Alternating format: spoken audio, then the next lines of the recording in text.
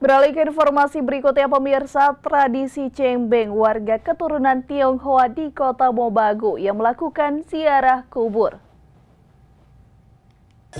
Sejak Rabu 5 April pagi, warga keturunan Tionghoa Kota Mobagu mulai mendatangi salah satu area pekuburan di Kota Bangon. Mereka berkumpul untuk melakukan tradisi tahunan cengbeng atau ziarah kubur. Ini sudah menjadi tradisi kami sebagai warga Tionghoa dari tahun ke tahun untuk melaksanakan cengbeng, sembahyang kepada para arwah. Itu yang biasa kami lakukan setiap tahun. Kami menyediakan perlengkapan-perlengkapan yang diperlukan yang untuk meja sembahyang di dalam rumah sembahyang. Tapi tetap saya menjalankan ibadah puasa. Ya, tradisi ini biasanya setiap tahun kami melaksanakannya tepatnya tanggal 5 April.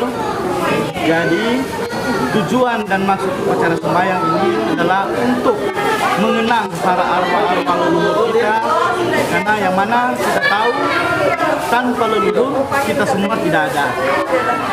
Dan pada kesempatan ini yang melaksanakan tugas adalah petugas-petugas sembahyang yang dipimpin Bapak Reza Daktipulu ini pada periode tahun 2003 sampai 2004, dan tergabung beberapa agama yang terkait di dalam petugas sembahyang ini.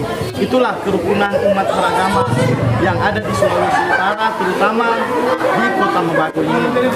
Cengbeng juga disebut Festival Qingming, dimulai dengan ritual dan mendoakan orang tua dan leluhur di area setempat. Setelah berziarah ke makam sembari membersihkan dan merapihkan makam dengan harapan Sang Pencipta memberikan tempat yang terbaik. Eka Putra melaporkan untuk Kawanwa TV. Ya pemirsa, demikianlah Kawanwa Info edisi hari ini. Saya Aulia Denga dan kru yang bertugas pamit. Kawanwa TV, Torampe TV. Sampai jumpa.